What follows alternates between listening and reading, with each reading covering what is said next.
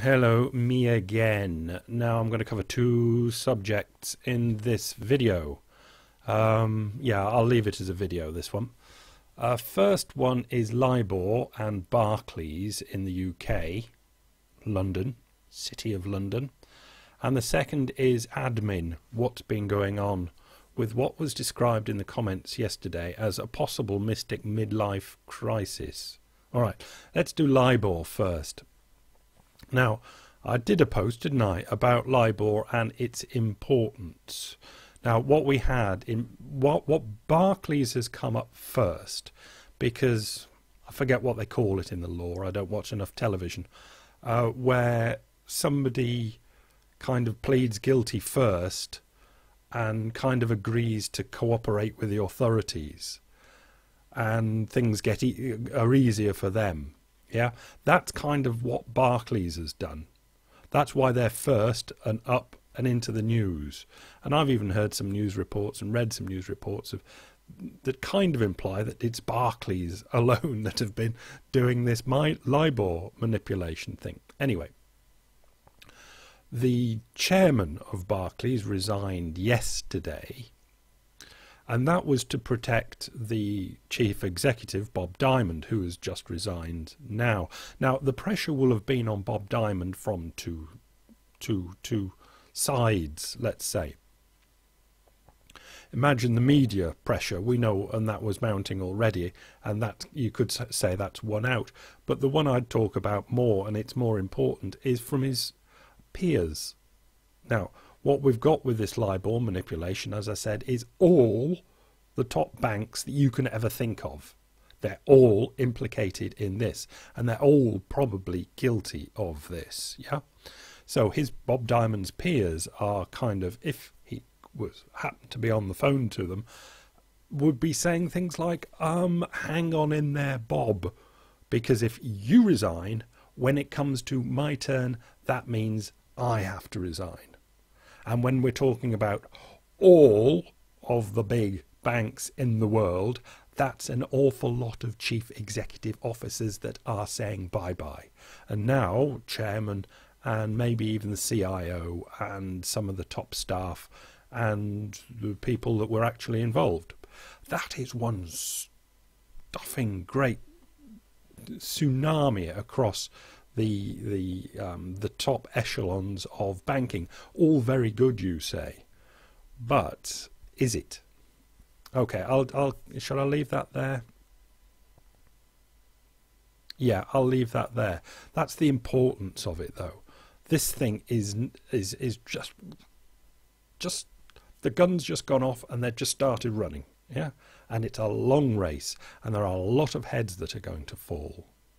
And it's going to cause an awful lot of fuss, because it's going to get mashed up by the media into so many other things, and the facts are going to go out of the window, and banks are going to get crushed by this, because really the media have been looking for some handle to get hold of them, to give them a shaking. And they've tried with other things, but it's all been too confusing. But when CEOs are resigning, and people seem to think that they understand this LIBOR because words like manipulation are in there and they're admitting fault and things like that, the media is going to ignorantly, innocently ignorantly, are going to lead the people to actually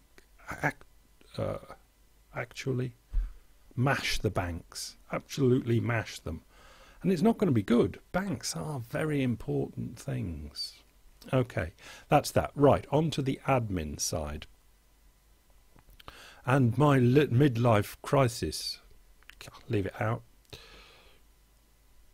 What I'm getting the vibes from the posts, the comments, and I'm replying in comments, what we've got is what I would like. I think that's a good way of starting it. What I would like in the comments section are people to comment just like they would with their friends down the pub. Yeah. Now, if down the pub with your friends you happen to be a showy, self-glorifying to it, then you don't normally have friends down the pub and you have to drink at home. Well, if you happen to be drinking at home, I don't want you commenting like you would have done down the pub. There's a reason that you're drinking at home. It's because your friends think you're a showy bastard, okay? I don't want showy bastards commenting at all. And they can sod off, right? One thing that obviously I haven't stressed enough, ignorant comments are absolutely wonderful. And because they spark off, they let everybody settle.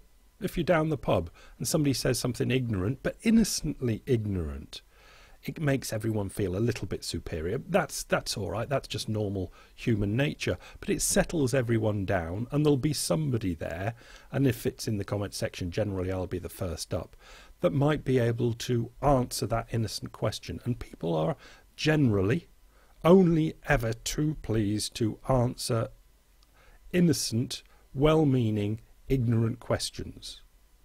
Yeah? But if they're questions that aren't really questions, they're kind of couched in this, yes, but this, then that and the other, and then but the show-off stuff, it's just not nice. And it doesn't work down the pub. And other things that work down the pub, that don't work down the pub, are standing there and giving forth great long spiels of this, that and the other. You know, try that down the pub and see if you can keep your friends. You won't do it. So what I'd be trying to get people to do is act in the comment section like they would down the pub. You don't be a show-off, because if you're a show-off, people find out so very quickly you're a show-off and shun you. If you spiel on forever and ever about this, that and the other, people shun you. If you rant, that can be really quite interesting, as long as it's an interesting rant. Ranting down the pub, somebody giving it, you know, people sit back and have a drink and look, and that is quite interesting. Just work like you would down the pub. And for other people, when I'm saying lurking, I don't want you lurking.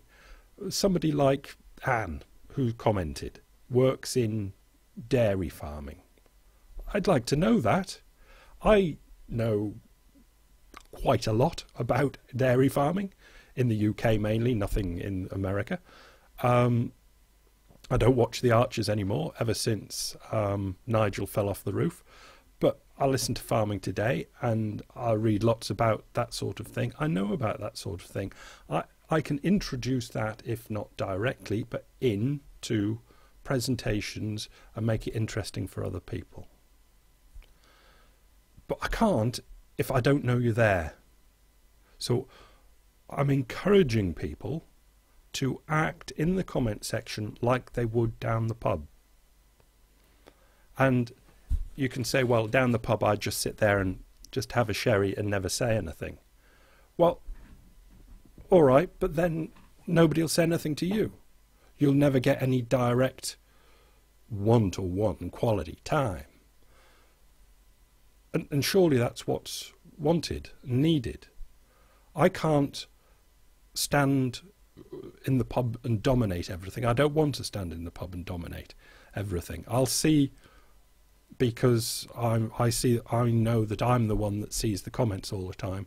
I'll try and keep the rowdy webbles under control to make a nice atmosphere so people would want to put their sherry down and just chirp up and say, well, diddly diddly diddly.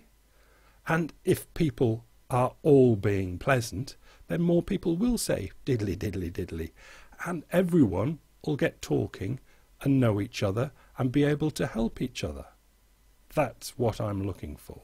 So you won't be able to just jump in the future, but just introduce yourself in slowly. And just know that it's like down the pub. If you introduce yourself down the pub in a showy manner, you're probably not going to get, into any groups down the pub. You've got to start timidly and slowly, and that way you get accepted into groups. It's just a strange way of life, but that's what you do. So in a strange way, I'm trying to tell you to be timid, but that's not it. Hopefully you've understood the sort of thing I'm going for. So if I'm going to keep it open,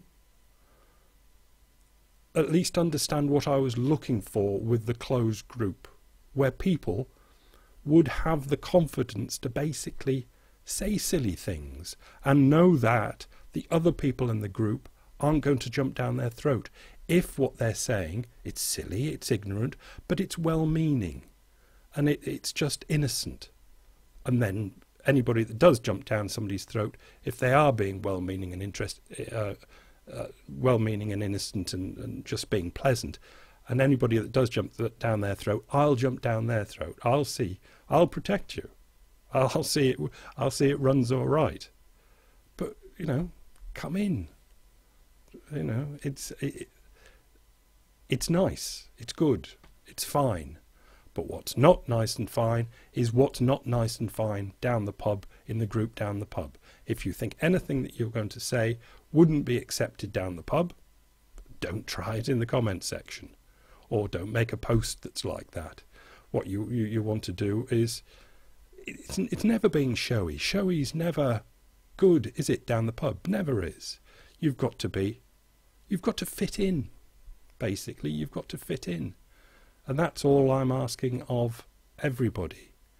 And I'll try and help create an atmosphere where everybody thinks that they can contribute and fit in.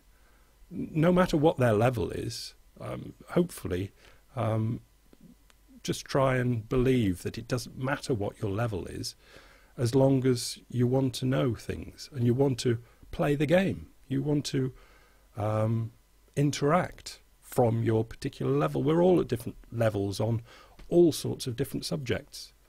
Anne will be able to tell us about dairy farming. We don't know much about dairy farming. She'll know the best about dairy farming.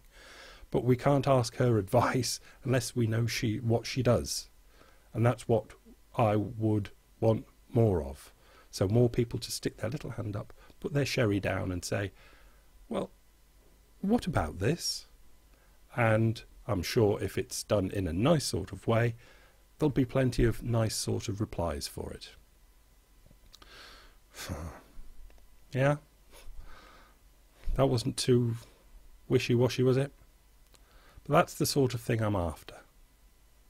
Smart asses, not acceptable. Long-winded windbags, not acceptable. Ranting to an extent, as long as it's kept interesting, acceptable. We like it down the pub. If it's decent down the pub, it's decent in the comment section. Yeah? Yeah. Bye.